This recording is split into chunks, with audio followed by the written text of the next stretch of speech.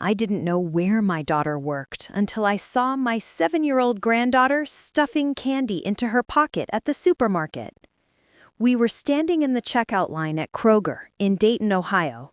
I'd just told her she could pick one treat, and she'd shrugged and said, "That's okay, Grandma, I already got some." When I asked what she meant, she rolled her eyes like I was the child and whispered very matter-of-fact, "Mom taught me that.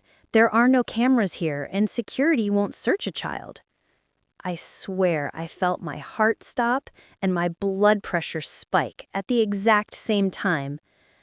I'm 60 years old, widowed, and I've lived in the same modest ranch house on the east side of Dayton for 3 decades.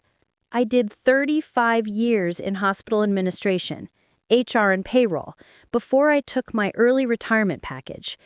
That means 3 things that matter for this story.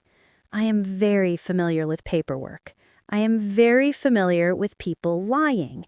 And I am very, very tired of both. My daughter Melissa, everyone calls her Mel, is 32. She was always the wild one. Smart, pretty, restless. The kind of kid who could talk a teacher into giving her a second chance and then still turn in the assignment late. She's been that way with everything. A natural manipulator, but chronically irresponsible. She had my granddaughter, Ava, at 25. Dad wasn't in the picture past the first ultrasound. I helped with diapers, formula, daycare, and then kindergarten, like a lot of grandmothers do. I never complained out loud. Not much, anyway. I had the money and the time, and Ava was the one good decision that came out of all of Mel's bad ones. We had our share of tension, though. Mel bounced from job to job. Waitressing, call centers, retail, social media marketing, whatever that meant that month. She always said it with extra syllables as if the fancier the title, the more real the paycheck. I'd ask practical questions like, "Do you have health insurance through them yet? Are you paying in the Social Security? Who's your boss? Do you have their email? I can help you polish your resume." And she'd deflect, joke, or get offended. "Why are you always interrogating me, Mom?" "It's just temp. It's contract work. You wouldn't understand." Whenever I'd push, she'd shut down or disappear for a couple weeks. What didn't make sense, and this is important, is that her lifestyle didn't match the story. She was always posting pictures on Instagram with new designer sneakers, fancy purses, perfectly staged little outfit of the day shots in front of a full-length mirror, tags still dangling. She'd show up at my house in a $300 jacket and swear she got it on clearance for $40. Maybe that works once, but after a while, the math just doesn't math. Her car, a beat-up Honda Civic, rattled and smoked in the winter, but her closet looked like a Nordstrom catalog. I'd ask, "You sure you're okay financially? You making rent?"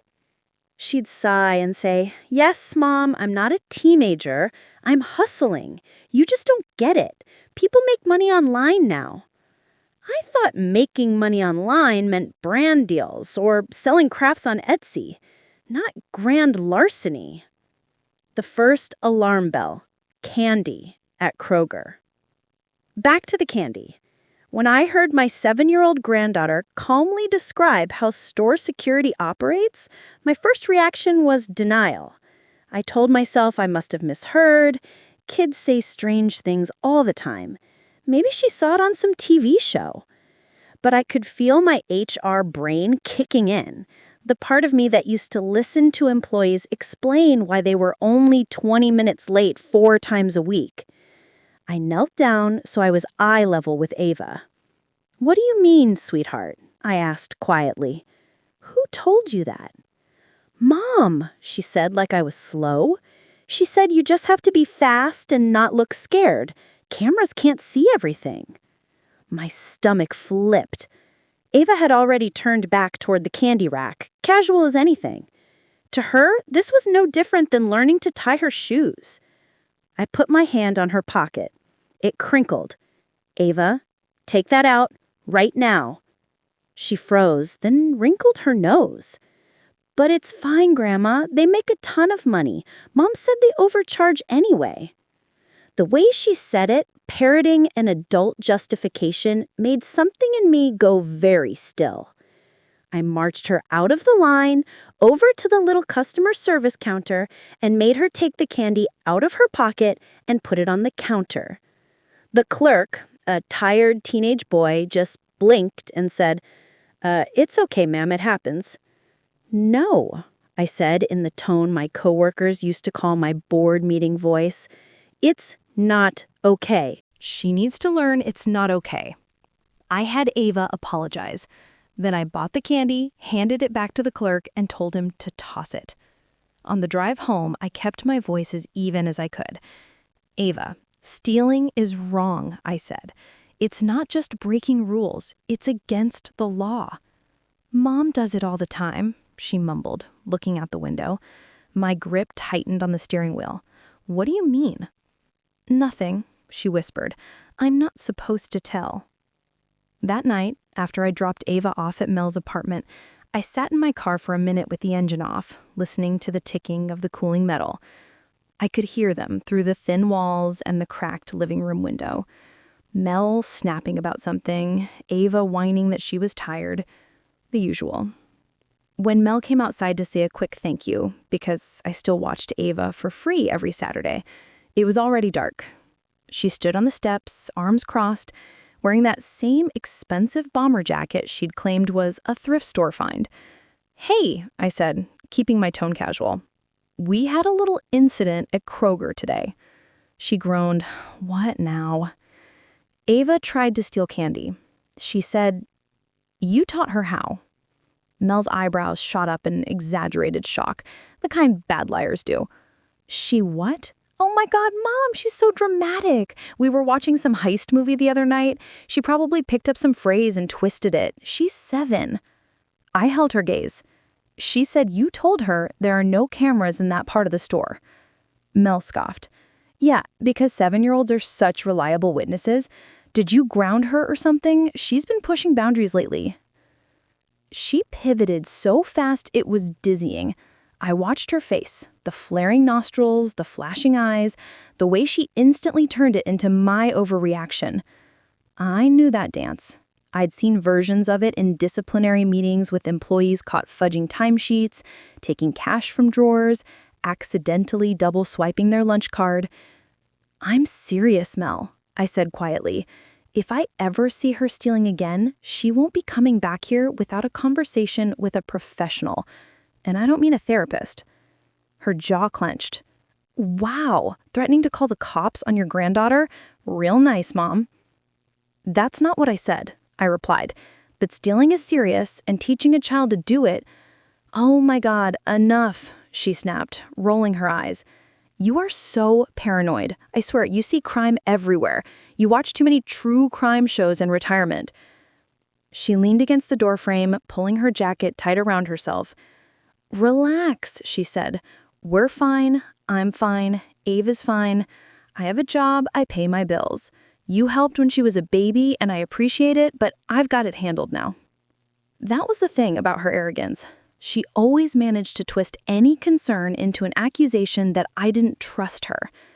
I drove home uneasy, but told myself maybe I was overreacting.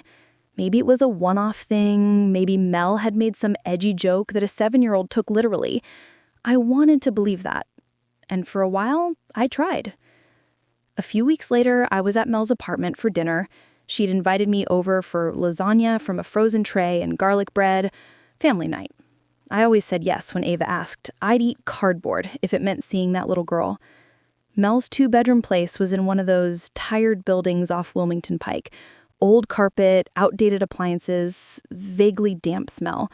The kind of place where everything's beige, but somehow still dingy. But inside, it felt like stepping into an Instagram feed. There were racks of clothes in the living room. Not hangers, racks.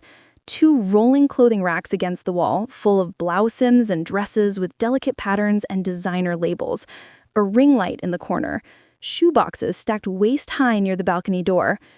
"Wow," I said slowly. You open a boutique in here and forget to tell me? Mel laughed lightly, not looking up from her phone. Oh, that. I'm reselling now. It's all legit. You know, thrifting, upcycling, that kind of thing. Looks fancy for thrifting. I picked up a dress and checked the tag. It was a brand I recognized mostly from magazines. The tag had been cut out unevenly, like with dull scissors. She snatched it from my hand. Mom, please, it's a niche, high-end, secondhand. You resell it for less than retail, but more than thrift. It's a thing. Young people do it. I raised an eyebrow. You pay taxes on this thing? She rolled her eyes. You would ask that. I worked payroll for 35 years. I ask that about everything. She shot me a tight smile. Yes, mother, I pay my taxes. Relax. Later, when I went to use the bathroom, the door to her bedroom was half open. Against my better judgment, I peeked in. Her closet looked like a department store. Dresses sorted by color, purses in neat rows on the shelf above, pairs of shoes lined up like soldiers. A few still had those little plastic rope loops where security tags used to be. I recognized the tiny holes from one time I had to return a dress to Macy's. On the nightstand was a shoebox full of what looked like gift cards, store loyalty cards, and a fat roll of cash with a rubber band around it. I told myself to mind my own business and went to the bathroom. But my HR brain was making lists. I'd never seen her with that many receipts. I'd never heard her talk about going on shopping sprees that would account for that kind of inventory. Rent in that complex alone would be $1,200 a month at least, plus car, plus food, plus childcare when I wasn't available. Where is this money coming from? Became the question that lived under my tongue. The next real crack came from Ava herself. It was a Thursday afternoon. School had been dismissed early for some teacher in-service thing, so I'd picked her up and taken her to my house. We were at the kitchen table, working on her homework packet. "Grandma, can I have your old purse?" she asked suddenly, tapping her pencil. I glanced up. "What for?" She shrugged. "I like to practice." "Practice what?" She looked annoyed that I was making her explain. "Carrying stuff out. It's easier when it looks full of your own things. Mom said I should get used to the weight." The pencil dropped out of my hand. I stared at her. "Ava, when you say carrying stuff out, what are you talking about?" She frowned, sensing my tone shift. "Nothing," she muttered, suddenly fascinated by the worksheet. "It's just a game." "It doesn't sound like a game," I said quietly.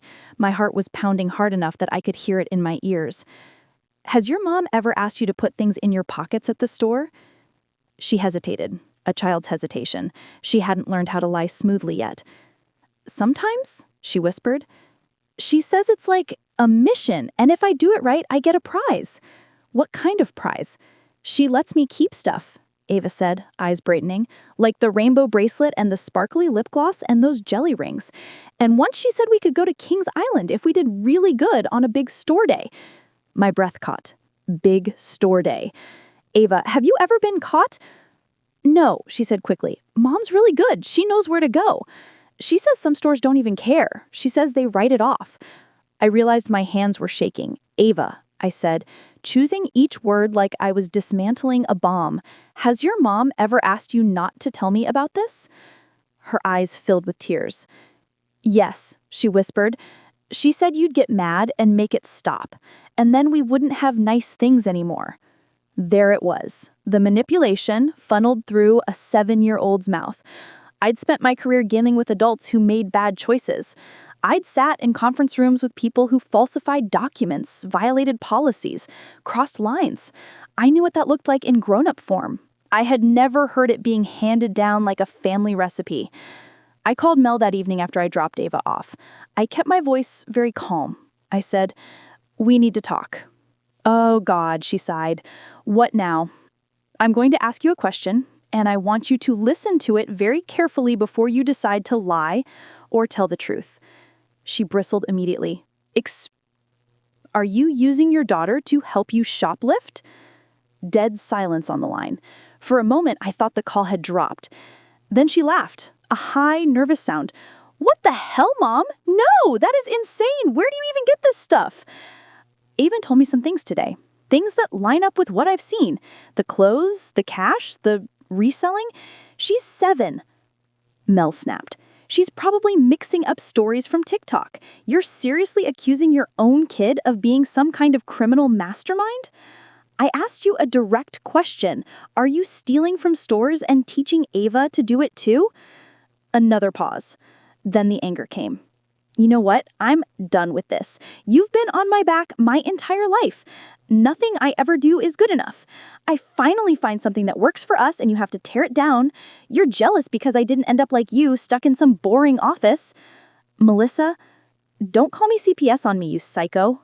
That's what you're thinking, right? Go ahead. Tell them I sometimes forget to send snacks to school.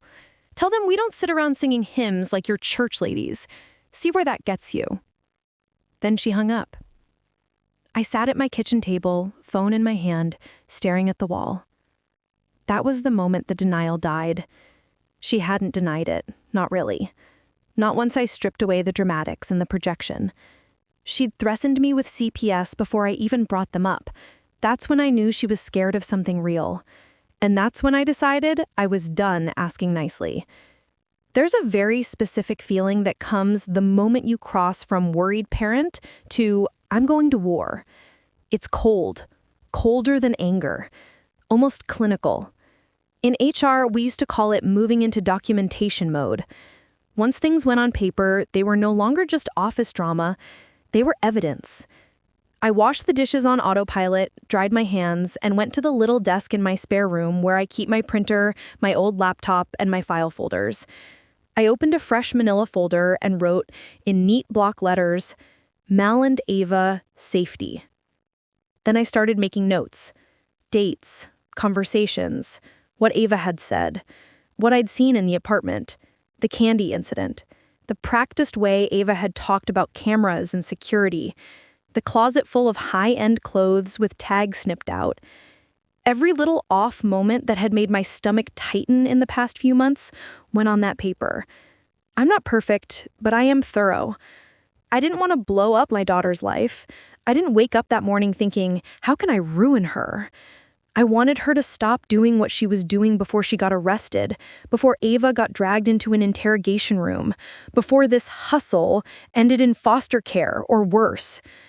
But I also knew this. People rarely change because you ask nicely. They change because the consequences become unbearable. If Mel wouldn't protect her own child from her choices, I would. And I would do it in a way she couldn't wiggle out of with tears and accusations. The next few weeks, I played dumb. I still watched Ava, still brought over casseroles, still answered texts like nothing had changed. Mel seemed relieved that I'd dropped it. She got extra friendly, in that brittle way people get when they think you might have damaging information, and they want to charm you back into silence. She even started telling me little bits about her business, like she wanted to justify it. It's not stealing, she said one night, unprompted, as she scrolled through her phone on my couch. It's like redistribution. These big corporations, they overcharge everyone, exploit the workers, and then toss unsold stuff anyway. I'm just rerouting it. I said, handing Ava a bowl of popcorn. And the police would agree with that? She rolled her eyes. God, you sound like a cop. It's not like I'm robbing little old ladies. No, I said mildly. You're just using one. She didn't catch it, but every time she let something slip, I wrote it down later. The stores she mentioned, the mall she liked, the good days when she made bank. I also started paying attention to her social media. Her public Instagram was mostly selfies, inspirational quotes, pictures of Ava at the park. But she had a second account linked in a story once, an account with a different username, something with curated closet in it. That account was a gold mine. Row after row of brand new or worn once dresses, shoes, handbags, all authentic luxury brands. Captions like, retail $480, my price $210, DM to purchase, and just dropped this beauty, only one in stock. The photos were taken in her apartment. Same hardwood floor, same gray wall, same ring light reflection in the mirrors. I took screenshots of everything. If she wanted to pretend she was running a legitimate reselling operation, fine. But why were so many items NWT tags removed for discretion with no proof of purchase? Why did she never mention sourcing, estate sales, or consignment like other resellers do? I watched the comments too. One user asked, "Do you have proof of authenticity?" Mel replied, "Babe, I source from high-end boutiques. I just can't drop names. Trust the process. All my girls are happy." Screenshotted that too. Next, I did what any nosy boomer with internet access does. I Googled. I read about organized retail theft, about resellers who hit multiple stores a day, about people who used children as decoys because store employees are hesitant to confront families. I didn't need the how-to guide. That was the one thing I refused to know. But I learned enough about the scale and seriousness. This wasn't some cute Robin Hood scheme. This was a felony waiting to happen. I didn't want to go straight to the police without knowing how it might affect Ava. So I started with someone I trusted. A woman in my church knitting group, Linda, used to be a social worker. The kind of social worker who had seen every version of my one little side hustle isn't hurting anybody blow up in children's faces. We were sitting at the long folding table in the church basement, yarn everywhere, styrofoam cups of bad coffee in front of us when I finally told her. "I think my daughter is using my granddaughter to help her steal from stores," I said. "And I think she's selling what she steals." Linda put her knitting down slowly, her eyes sharpening. "Tell me everything," she said. I did. About the candy, about the practice, about the Instagram account, about the closet and the cash, and the way Mel went nuclear defensive whenever I brought up the word illegal. When I finished, Linda let out a long breath. "Okay," she said. "First, you're not crazy. Second, you're not overreacting. Third, you're in a tough spot." "Tell me something I don't know," I muttered. She gave me a sympathetic smile. "Look," she said, "if you report this, there's a chance CPS gets involved. If they believe the child is being actively involved in criminal activity, they might remove her for safety. But they generally prefer kinship placement, family, over foster care, if there's a stable option." "I'm stable," I said. "House is paid off, no debt, clean record. I'm on all of Ava's school forms as emergency contact. I have her some afternoons already." "That's good," she nodded. "But they'll still do a home visit. They'll still ask questions. You'll have to be honest that you suspected something for a while." "I can live with that," I said. "What I can't live with is doing nothing." She studied me for a moment. "I have a friend," she said slowly. "Retired detective. He consults with stores on loss prevention now. If what you're saying is true, he might help you coordinate so that when your daughter does get caught, and she will, sooner or later, it happens in a way that keeps Ava as safe as possible. The old me, pre-candy, pre-Instagram, pre-mission purse practice, would have balked at the idea of coordinating my own daughter's arrest. The new me just nodded. "Give me his number," I said.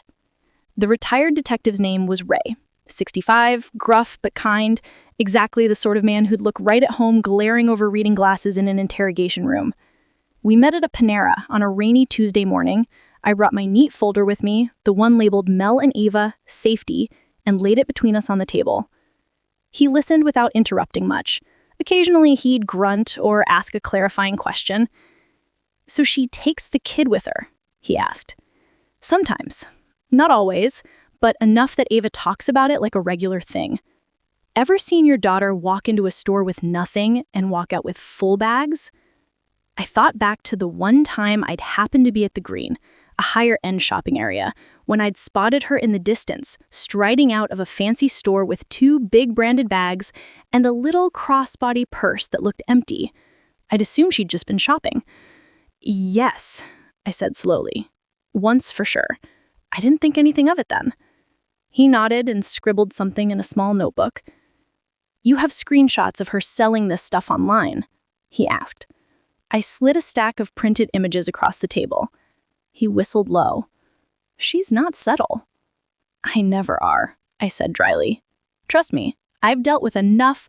I swear I didn't know I had to clock back in from lunch speeches to recognize patterns." He chuckled at that, then grew serious. "Here's the deal. The stores are the ones who'd press charges. especially the big luxury places. Corporate's been cracking down. If I bring this to them, they'll keep an eye out, maybe even flag her face on their internal systems. Eventually, she'll get spotted and they'll call it in. Eventually isn't good enough, I said. I want control, I guess. I want Ava somewhere else when it happens, or at least not in the middle of it. He tapped his pen on the table. You said your daughter talks about big store days to you sometimes? Yes. And she still lets you babysit? Yes. Then here's what we do. Next time she tells you she's going to have a big day, and you do not push for it, you hear me?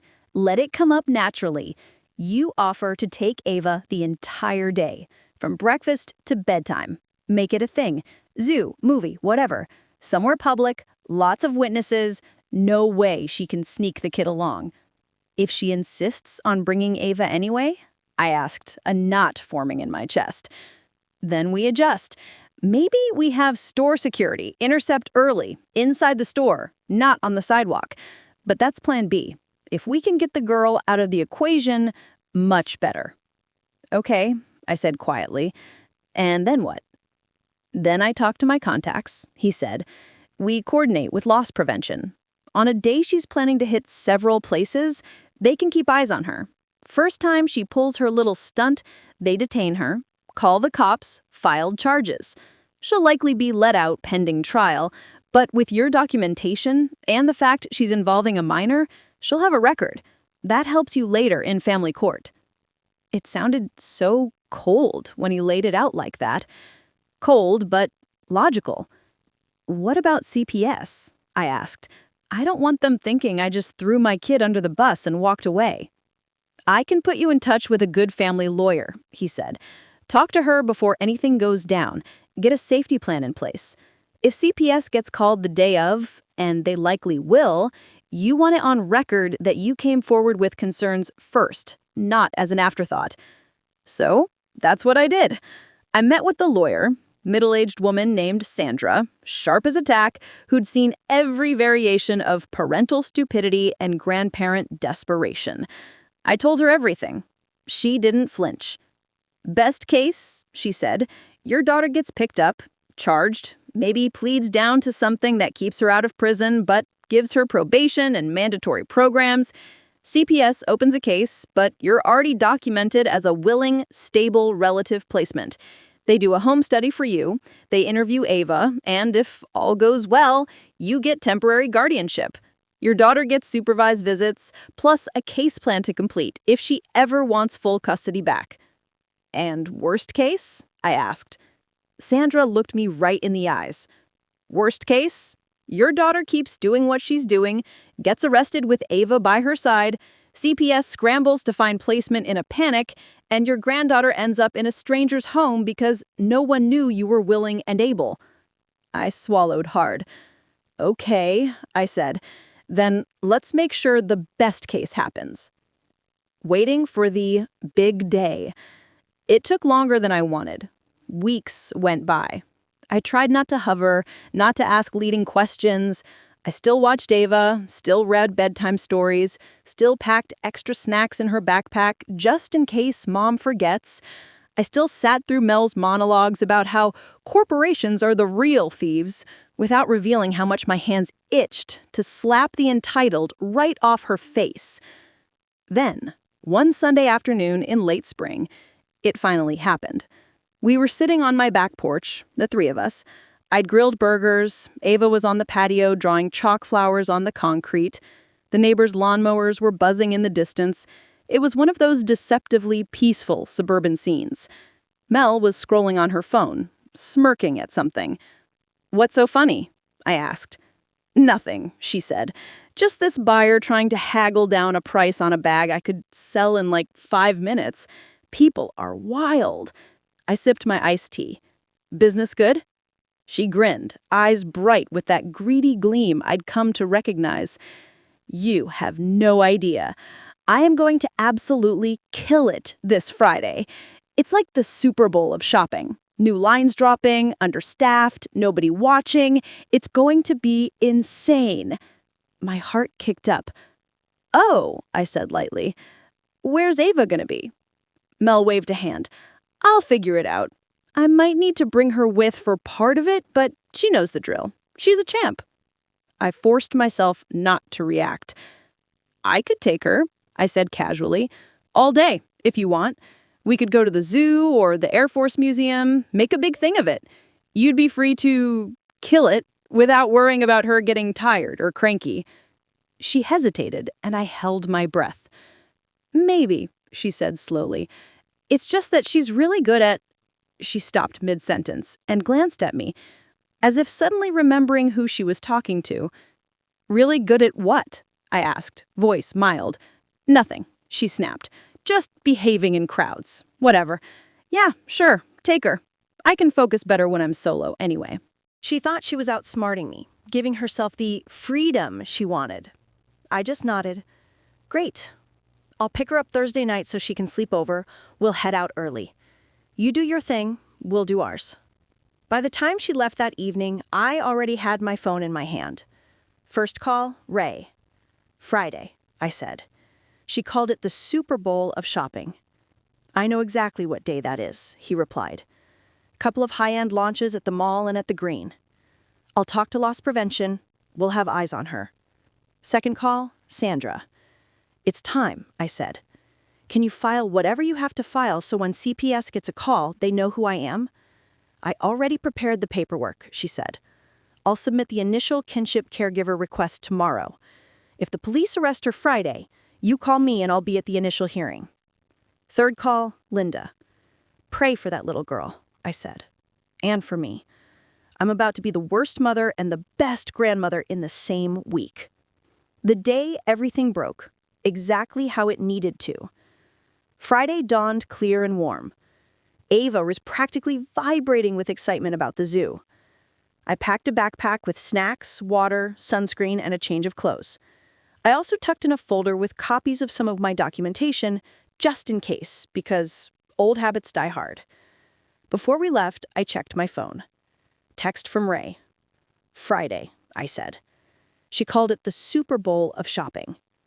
I know exactly what day that is, he replied. Couple of high-end launches at the mall and at the Green. I'll talk to loss prevention. We'll have eyes on her.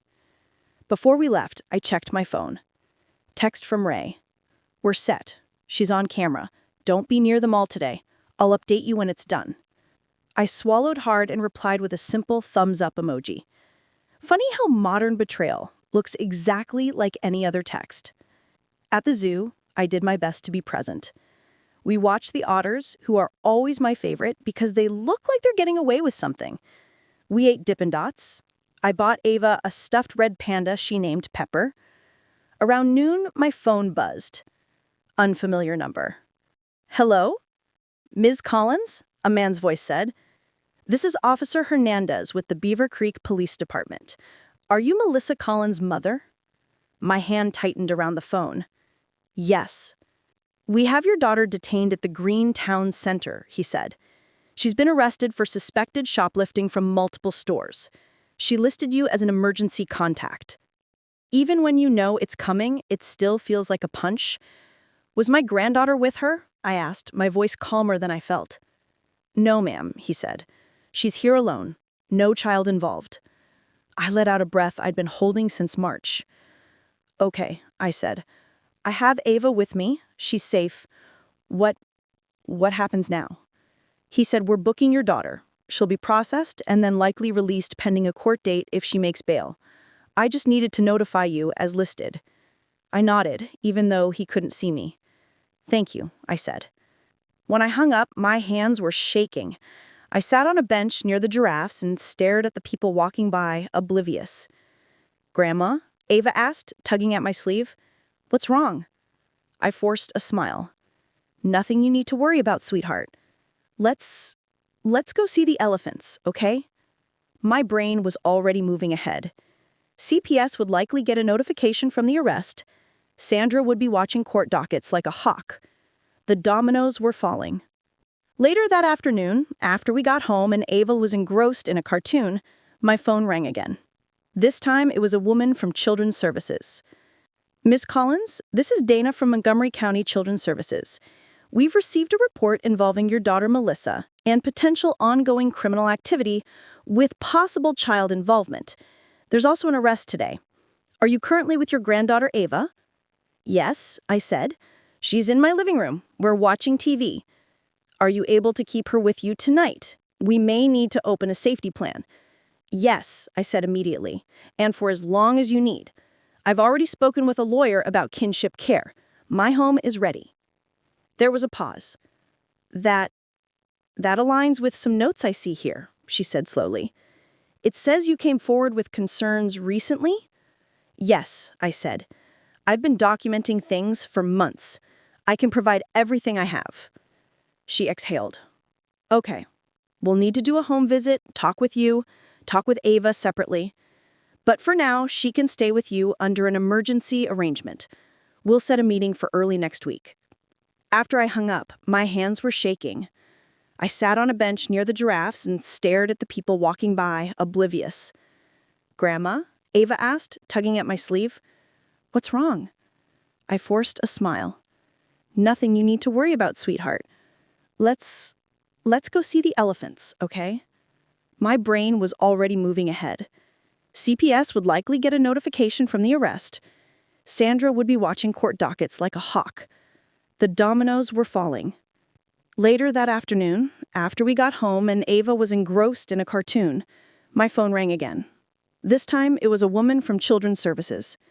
Ms. Collins, this is Dana from Montgomery County Children's Services. We've received a report involving your daughter Melissa and potential ongoing criminal activity with possible child involvement. There's also an arrest today.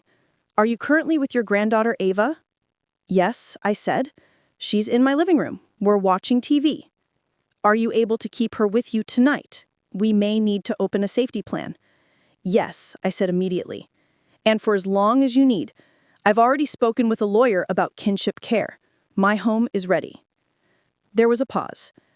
That aligns with some notes I see here, she said slowly. It says you came forward with concerns recently? Yes, I said. I've been documenting things for months. I can provide everything I have. She exhaled. Okay, we'll need to do a home visit, talk with Ava separately. But for now, she can stay with you under an emergency arrangement. We'll set a meeting for early next week. After I hung up, I went to the living room. Ava was lying on her stomach on the rug watching a cartoon animal sing about friendship. Hey, Bug, I said softly. How would you like to have a sleepover at Grandma's tonight? She beamed. Yay! Can we make pancakes in the morning? You bet we can, I said, and kissed the top of her head. My heart hurt. A lot of things hurt. But under it all, there was a sense of grim relief. The ball was no longer just in my court. Mel's meltdown. It took her until late that night to call me. I just tucked Ava into the guest room bed, her special bed that used to be my sewing room futon, and was sitting at the kitchen table with a cup of chamomile tea and a legal pad when my phone lit up with her name. I answered. Hi, Mel. What the hell did you do? She screamed, skipping hello entirely. I held the phone away from my ear for a moment. Nice to hear you're alive, I said. Are you out on bail? Don't play innocent, she snapped. The cops said they had my face flagged. They had people waiting for me in the store. This wasn't some random security guard getting lucky. This was planned. And then CPS calls me in the holding cell and tells me Ava's with you and they're opening a case. What did you tell them, you crazy? I cut her off, my own temper finally surfacing. I told them the truth, I said, my voice low and steady. That I suspected you've been stealing from stores and using your daughter to help you. That I caught her trying to shoplift because she said you'd taught her how. That you've turned your addiction to nice things into a part-time job and you're too arrogant to see the cliff you're driving over. You absolute traitor, she hissed. I could hear her pacing, the echo of whatever cheap tile they had in the little post-arrest processing area. You just had to ruin this. I finally found a way to give Ava a good life, and you sick the authorities on us because you're jealous. Jealous? I repeated. Of what? Your criminal record? Your inability to hold a legal job? Your brilliant strategy of dragging your child into felony charges? "It's just stuff," she shouted. "Nobody gets hurt. These stores are insured. They write it off." And when they raise prices, who do you think pays for that? People like me. People who can't or won't steal their way into a designer handbag. You sound like a corporate training video. "And you sound like every employee I ever fired for theft," I said, "blaming everyone but yourself." There was a sharp inhale on her end. "You went to them before today, didn't you? You, what, made a case file on me? Took notes like I'm one of your little HR subjects?"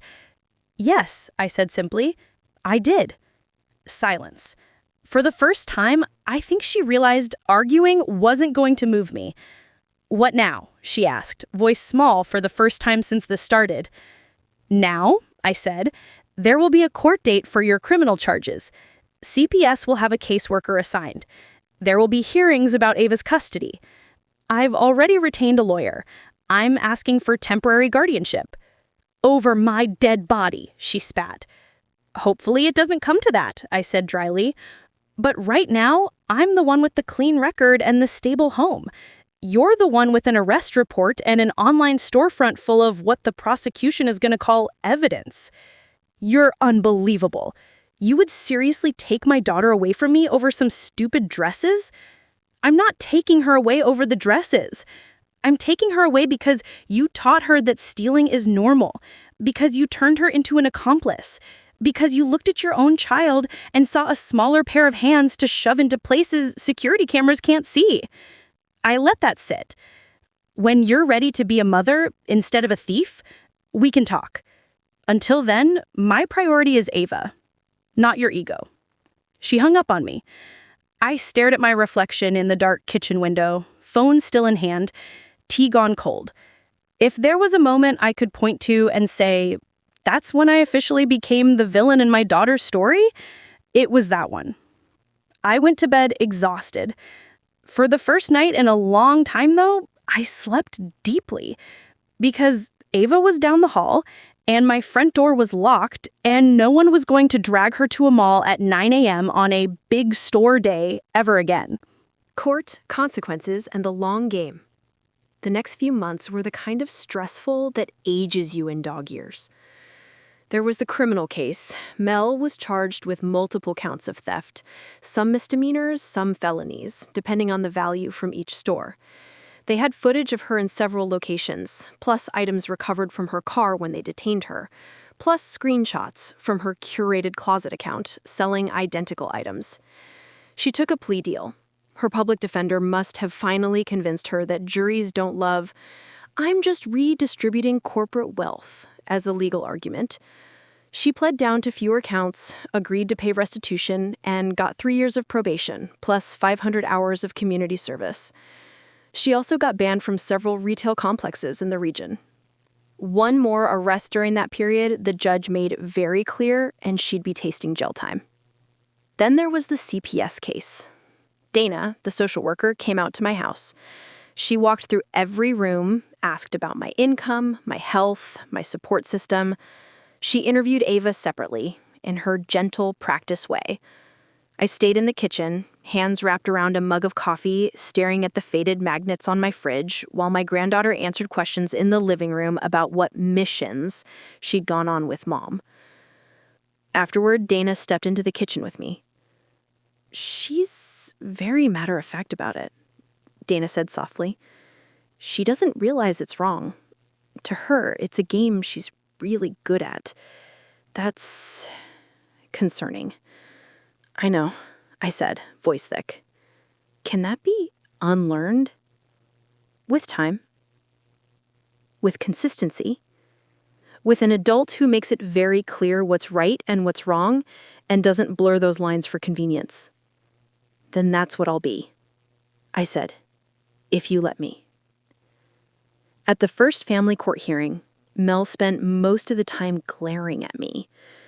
She'd tried to clean herself up, hair pulled back, plain blouse instead of her usual flashy look, but there was still that edge of defiance in her eyes. When the judge asked if she understood the charges against her and the conditions of probation, she rolled her eyes just enough that I saw the court reporter stiffen. Sandra sat beside me, calm as a glacier. When it was my turn, the judge turned to me. Ms. Collins, you're requesting temporary guardianship of your granddaughter, Ava. Is that correct? Yes, Your Honor, I said. My voice was steady. A lifetime of budget presentations and policy briefings came in handy. Why do you believe this is in her best interest? He asked. I met his gaze. Because she deserves to be a child, I said. Not a partner in crime. She deserves to go to school without worrying about being good at stealing. She deserves to learn that work means paychecks and pride, not schemes and hiding. I can provide her a safe home, a stable routine, and clear boundaries. Right now, my daughter cannot. Mel's head snapped toward me, eyes blazing. She's just mad because I didn't live my life the way she wanted me to. She's using this to control me. She went behind my back and set me up with the police.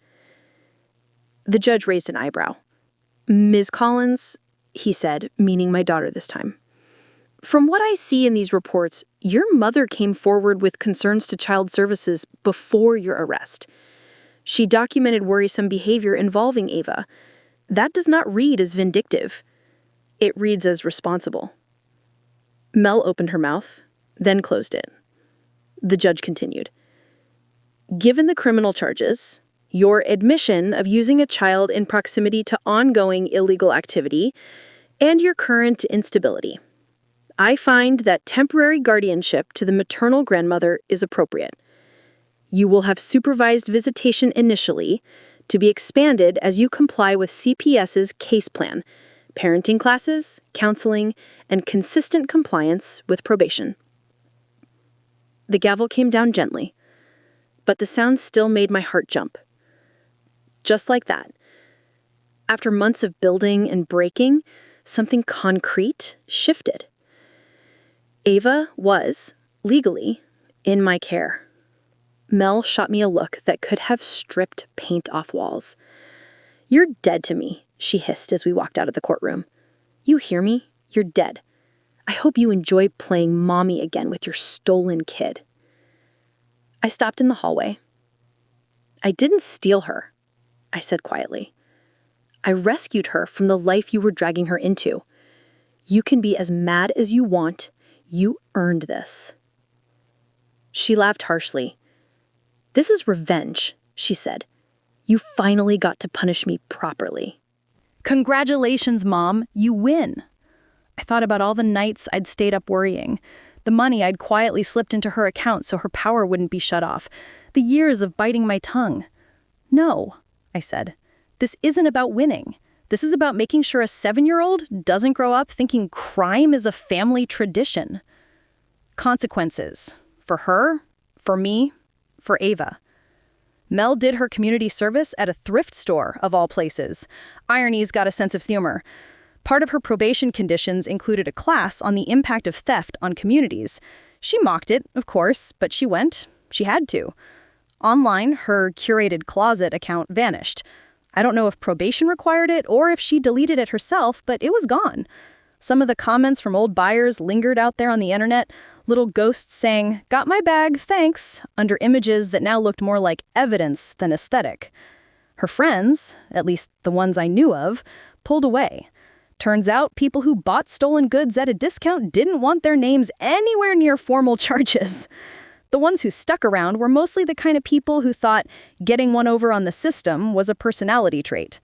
She bounced between crappy jobs, fast food, cleaning, under-the-table gigs that didn't care about a background check. Every time she tried to apply somewhere nicer, the record showed up. Actions meet consequences. As for Ava, we started over. It was harder than just don't steal now. She'd internalized a whole worldview, that rules were for other people, that getting caught was the only measure of wrongness, that cleverness meant finding loopholes, not solving problems.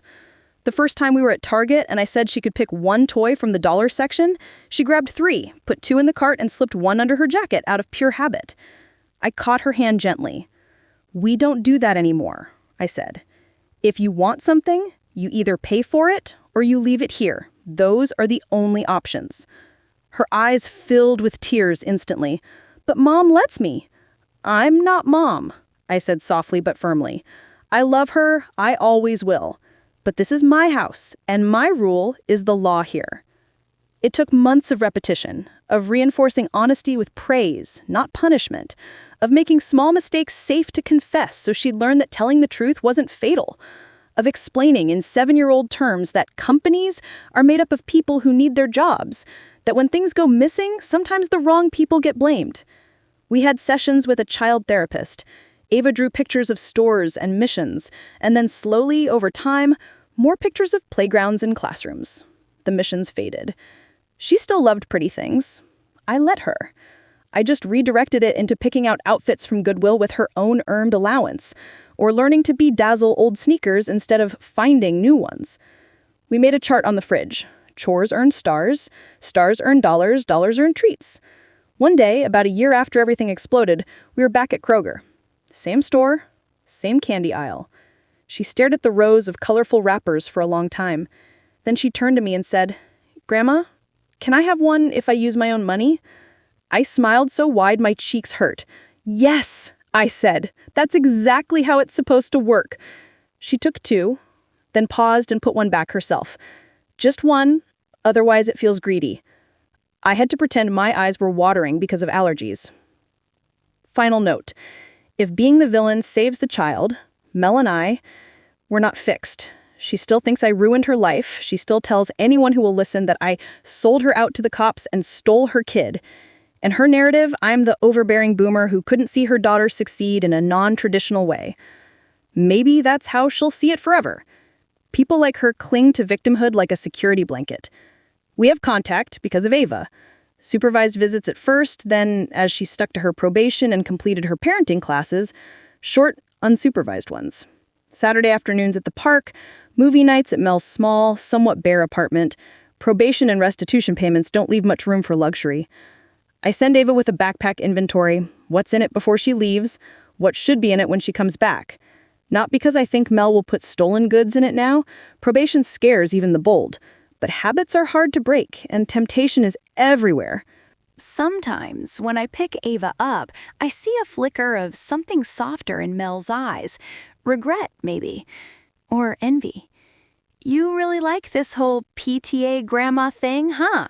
she said once, when I'd come straight from a school volunteer day, my shirt splattered with paint from helping kids with posters. "I like seeing your daughter smile without worrying about who's watching us on security cameras," I replied. She flinched. "Good. Do I feel guilty sometimes? Of course I do. No one grows up dreaming of the day they help send their only child into the criminal justice system. There are nights I lie awake and hear her at 4 years old, stomping her foot and insisting she can pour her own juice, and I wonder where exactly things bent so out of shape. But then I hear little feet padding down the hallway, and Ava climbs into my bed because she had a bad dream about getting caught. And I remember why I did what I did. I didn't set my daughter up. I caught her in the act of setting her daughter up for a life of lies, self-justification, and eventual collapse, and I cut the wires. If that looks like revenge from her side, so be it. From mine, it looks like protection. People love to say blood is thicker than water, as if that means you owe unconditional loyalty to anyone who shares DNA with you. What they forget is that children are also blood. And if I had to choose between my grown daughter's pride and my granddaughter's future, I would choose the child every single time.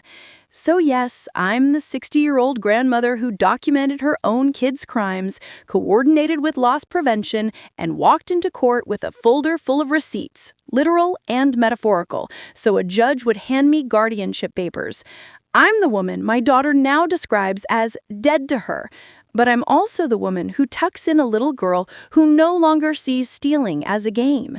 If being the villain in my daughter's story is the price of being the hero in my granddaughter's, then that's a bill I'm willing to pay in full. My grandmother told me this story. Thanks for watching this video. Bye bye.